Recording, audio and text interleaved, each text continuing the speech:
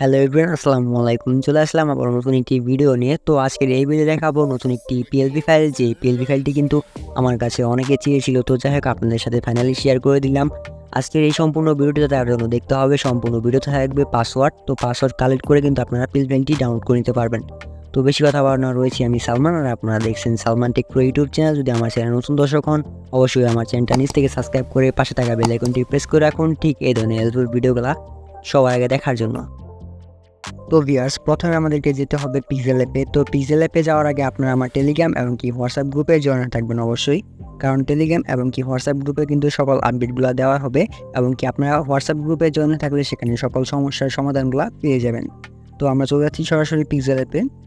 Pixel অ্যাপে আসার পর আপনার সামনে ঠিক এরকম আসবে, উপরে দেখতে পাচ্ছেন 3 ডট, এখানে ক্লিক করবেন। তো এখানে ক্লিক করলে অনেকগুলো অপশন পেয়ে যাবেন। এখান থেকে জাস্ট ওপেন পিএলপি ফাইলতে ক্লিক করে দেবেন, তাহলে কিন্তু আপনার সামনে যতগুলো পিএলপি ফাইল রয়েছে সবগুলো কিন্তু এখানে ওপেন হয়ে যাবে। তো আজকের পিএলপি ফাইলটা কীভাবে অ্যাড করবে সেটি আজকে দেখে নিব। তো পিএলপি ফাইলটা অ্যাড করার জন্য জাস্ট আপনারা উপর দিকে দেখতে পাচ্ছেন যে পিএলপি লেখা রয়েছে, এটাতে ক্লিক করবেন। তারপর আপনারা দেখতে পাচ্ছেন যে উপরের দিকে আরও চিহ্নটা রয়েছে, এটাতে ক্লিক করবেন। তাহলে কিন্তু আপনাদের সকল ফোল্ডারগুলো এখানে শো হয়ে যাবে। তো আপনারা আমার ডিসক্রিপশন বক্সে যে পিএলপি ফাইলটি ডাউনলোড করেছেন সেটা কোন ফোল্ডারে রয়েছে সেই ফোল্ডারে চলে যাবেন। তো আমার যেহেতু পিক্সেল অ্যাপ ফোল্ডারে রয়েছে, আমি সেগুলো চলে যাচ্ছি। তো আমি আমার ফোল্ডারটি পেয়ে গেছি এবং কি পিএল ফাইলটাও পেয়ে গেছি। তো জাস্ট পিএল ফাইলতে ক্লিক করব। তারপর আপনাদের সামনে ঠিক এরকম আসবে, আপনারা এখান থেকে জাস্ট ওপেন অ্যান্ড অ্যাডে ক্লিক করে দেবেন। তাহলে কিন্তু আপনার পিএল ফাইলটা এখানে অ্যাড হয়ে যাবে এবং কি ওপেনও হয়ে যাবে। তো এই হচ্ছে আমাদের সেই পিএল ফাইলটি, যেটি আমি আপনাকে দিয়ে দিয়েছি। তো দেখতে পাচ্ছেন ওপেন হয়ে গেছে। কিন্তু এখন দেখাবো কীভাবে আপনারা ফ্রেম ডিজাইনটাকে নিজেদের মতো করে কাস্টমাইজ করবেন। তো তার জন্য যেতে হবে আমাদেরকে লেয়ার অপশনে। লেয়ার অপশনে আসলে কিন্তু এখানে অনেকগুলো লেয়ার শুরু হয়ে যাবে। তো এখান থেকে দেখতে পারবেন যে 3টি টেক্সটের লেয়ার রয়েছে। তো আপনারা চাইলে যে কোনো লেয়ার ক্লিক করে আপনারা নিজেদের মতো করে এডিট করে নিতে পারবেন টেক্সটগুলো। তো আমি এখানে যে কোনো একটাতে ক্লিক করলাম, তারপর পেন আইকনে ক্লিক করে দেব। তারপর এখান থেকে আমি একটা নাম চেঞ্জ করে দেখিয়ে দিচ্ছি।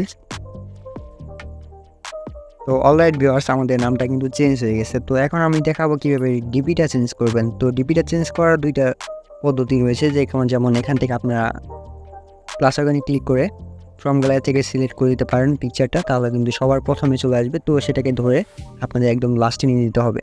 তো তাছাড়াও কিন্তু আপনারা চাইলে একদম নিচের দিকে যেতে পারেন। নিচের দিকে দেখতে পারবেন যে এখানে ডিপিটা রয়েছে, এখানে আনলক করে দিতে হবে।